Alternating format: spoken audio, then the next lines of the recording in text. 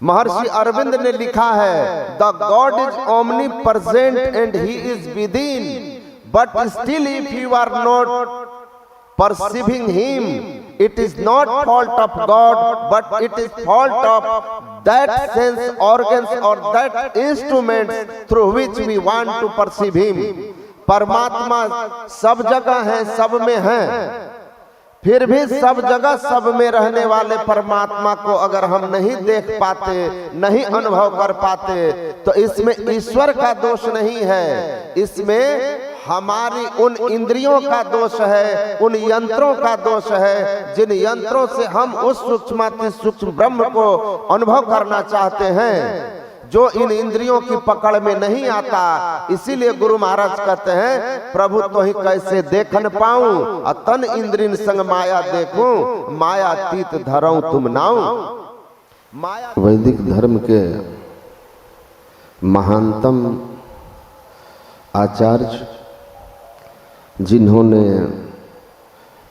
चारों वेद को 4 भागों में विभाजित किया, 18 पुराणों की रचना की, महाभारत और ब्रह्मसूत्र जैसे महान शास्त्रों को रचा, महर्षि वेदव्यास जी महाराज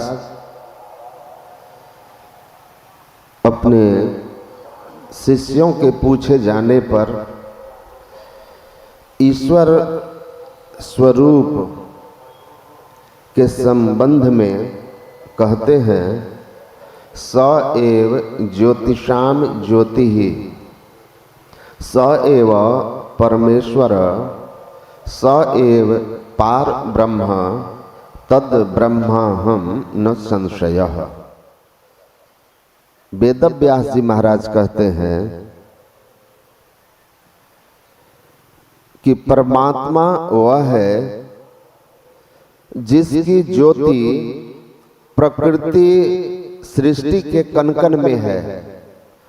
सूर्य जिसकी ज्योति से प्रकाशित होता है, चंद्रमा जिसकी ज्योति से प्रकाशित होता है, ग्रह नक्षत्र से लेकर समस्त सचराचर जगत जिसके प्रकाश से प्रकाशित है, वह परमात्मा है। स एव परमेश्वर, संपूर्ण सृष्टि जिसके अधीन है, जिसके आदेश और प्रेरणा से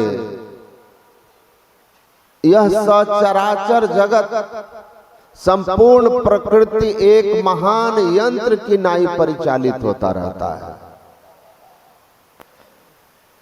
एक महान यंत्र की नाई जिसके आदेश से यह प्रकृति परिचालित हो रही है, सृष्टि परिचालित हो रही है, सृष्टि उत्पत्ति हो रही है और सृष्टि को प्रलय हो जाता है।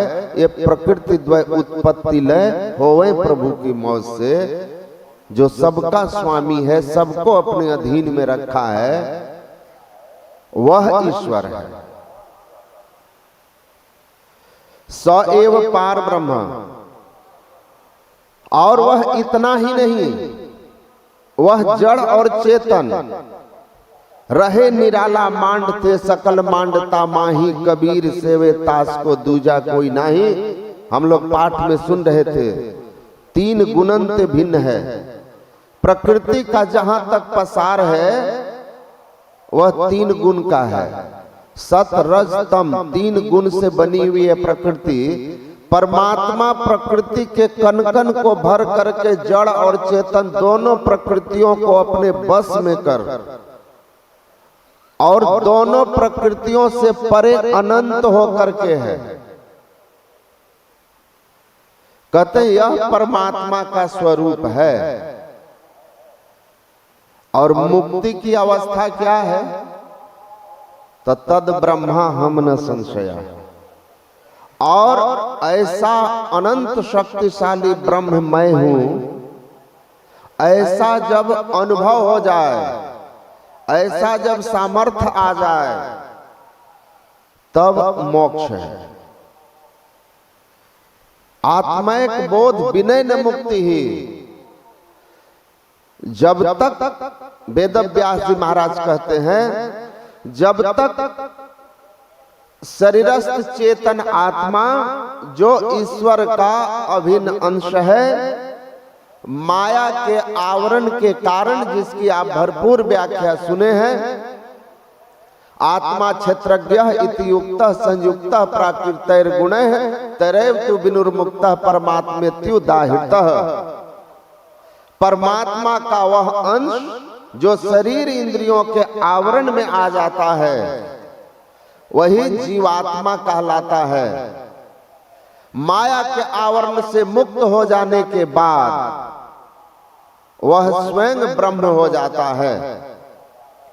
और जब तक यह अवस्था नहीं आए कि हम स्वयं ब्रह्म हैं और सब ब्रह्ममय है, सर्व खलविंदम ब्रह्म, सचराचर जगत ब्रह्ममय है और मैं भी ब्रह्म हूं, और मैं और ब्रह्म अलग नहीं, एक ही एक हूं, तब मोक्ष की अवस्था है। स्वामी राम तीर्थ कहते हैं, When I churned the sea of body, a strange came to light. I found the God within, and there is no distinction at all. जब मैंने इस शरीर रूपी समुद्र का मंथन किया ध्यान के द्वारा, तो एक आश्चर्य मेरे सामने आया कि जिस परम पिता को खोजने के लिए काहे बन खोजन जाए, कोई धावत है मथुरा नगरी, कोई जाए बनारस वास करे। जब व्यापक तत्व पहचान लिया, तब भ्रम का भंडा फोड़ दिया। ऐसी गुरुदेव करी कृपा, मेरे मोह का बंधन तोड़ दिया। संत सदगुरु मिले, सदयुक्ति दिया और कहा कि पूरन ब्रह्म रहे घट में सठ तीरथ कानन खोजन जाई। कीट पतंग रहे परिपूर्ण, कहूं एक तिल न होत जुदाई। नैन दियो जब देखन को, पलटू सब में प्रभु देत दिखाई। और ढूंढत मूढ़ ग्रंथन में, लिखी कागज में कहीं राम लुकाही। नैन दियो जब देखन के, संत सदगुरु मिले, उनने सदयुक्ति दी और उनकी दी हुई सदयुक्ति से साधन किया, आत्मदृष्टि प्राप्त हो गई। तो स्वयं में परमात्मा को देखा और सब जगह देखा, अपने में देखा, सब जगह देखा। और सबसे बड़ा आश्चर्य यह हुआ कि मुझ में और परमात्मा में कोई अंतर ही नहीं रहा। हम प्रभु प्रभु हम एक ही होई, द्वंद्व द्वैत रहे नहीं कोई। मैं ही ऐसी आरती कीजे, भव मह जन्म बहुरी नहीं लीजे। ऐसी मेरी स्थिति हो गई। तो आत्मा, शरीरस्थ चेतन आत्मा जब तक परमात्मा से एक में नहीं हो जाती है, तब तक मुक्ति नहीं होती है। यद्यपि परमात्मा सब जगह है, प्रभु व्यापक सर्वत्र समाना, प्रभु जी व्यापक जनु गगन रहाही। आकाश के तरह परमात्मा सब जगह है। ये ग्रह नक्षत्र तारे सब आकाश के अंदर हैं। हरि मही तनु है, तरु मही हरि है, सर्व निरंतर सोई रे। उससे बाहर कोई नहीं, सबको भर करके सबके अंदर परमात्मा अनंत होकर के है। लेकिन हम उसको नहीं जान पाते हैं। क्यों नहीं जान पाते? इसलिए कि नैन जिस दृष्टि से परमात्मा देखने में आते हैं, वह दृष्टि हमारी अभी बंद है। उस पर माया का आवरण पड़ा हुआ है। अंधकार, प्रकाश और शब्द के आवरण हैं। इन त्रय आवरणों को पार करो, सब महा भरपूर और कारण त्रैपट दूर। सब में भरपूर होते हुए भी परमात्मा त्रैपट के कारण हमसे दूर हैं। महर्षि अरविंद ने लिखा है, the God is omnipresent and he is within, but still if you are not perceiving him, it is not fault of God, but it is fault of that sense organs or that instruments through which we want to perceive him. परमात्मा सब जगह है, सब में है। फिर भी सब जगह सब में रहने वाले परमात्मा को अगर हम नहीं देख पाते, नहीं अनुभव कर पाते, तो इसमें ईश्वर का दोष नहीं है, इसमें हमारी उन इंद्रियों का दोष है, उन यंत्रों का दोष है, जिन यंत्रों से हम उस सूक्ष्माति सूक्ष्म ब्रह्म को अनुभव करना चाहते हैं, जो इन इंद्रियों की पकड़ में नहीं आता। इसीलिए गुरु महाराज कहते हैं, प्रभु तो ही कैसे देखन पाऊं, अतन इंद्रिन संग माया देखूं, माया तीत धरऊं तुम नाऊ। मायातीत होकर के देख पाओगे, स एस नेति नित्यात्मा, न ग्राही अग्राही और न ही ग्राह्यते।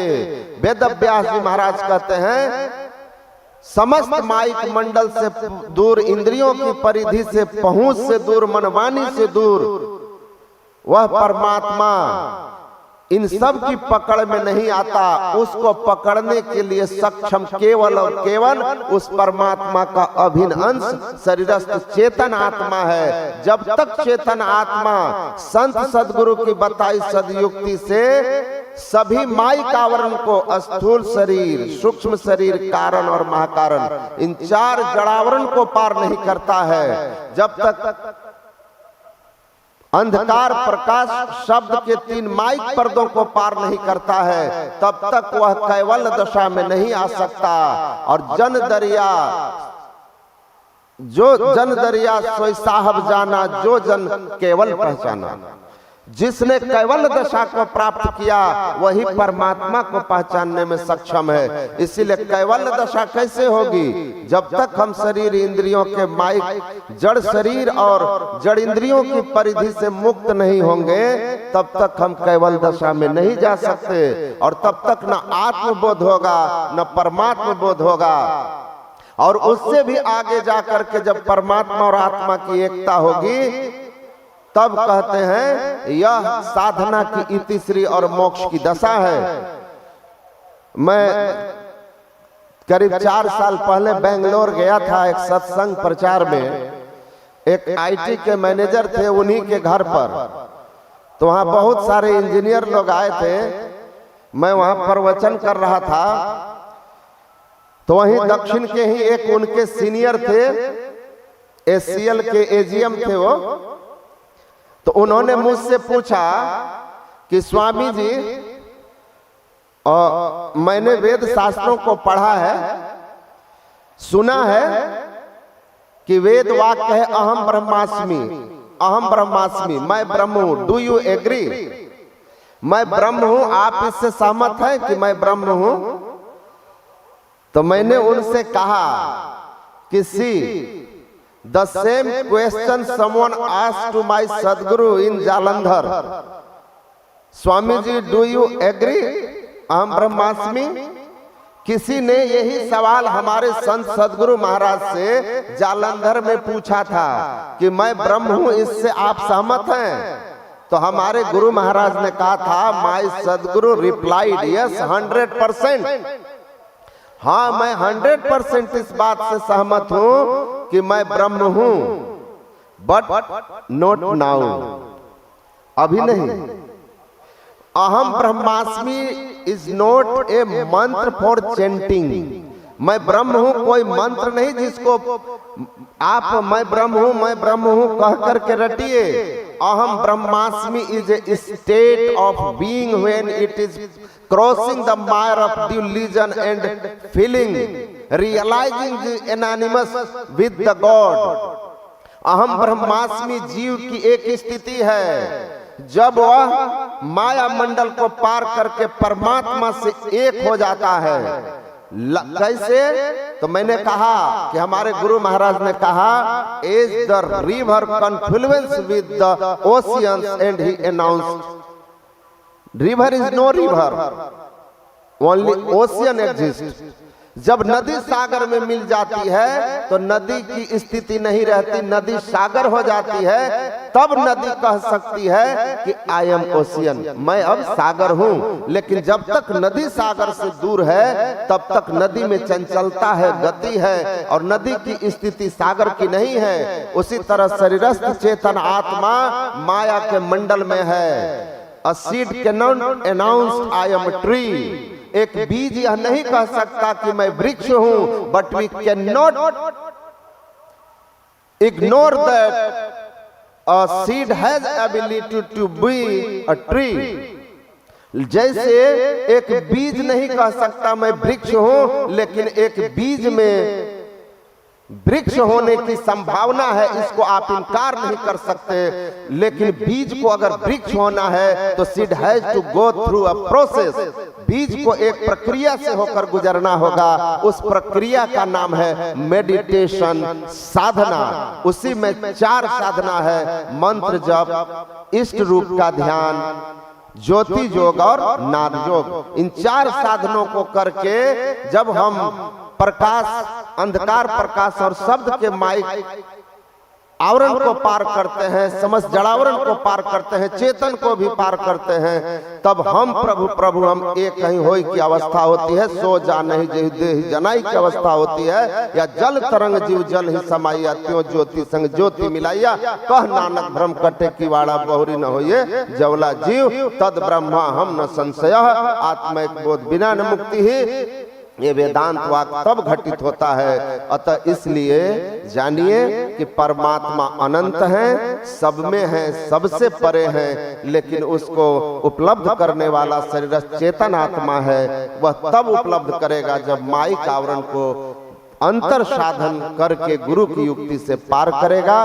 बोलिए श्री सद्गुरु महाराज की जय।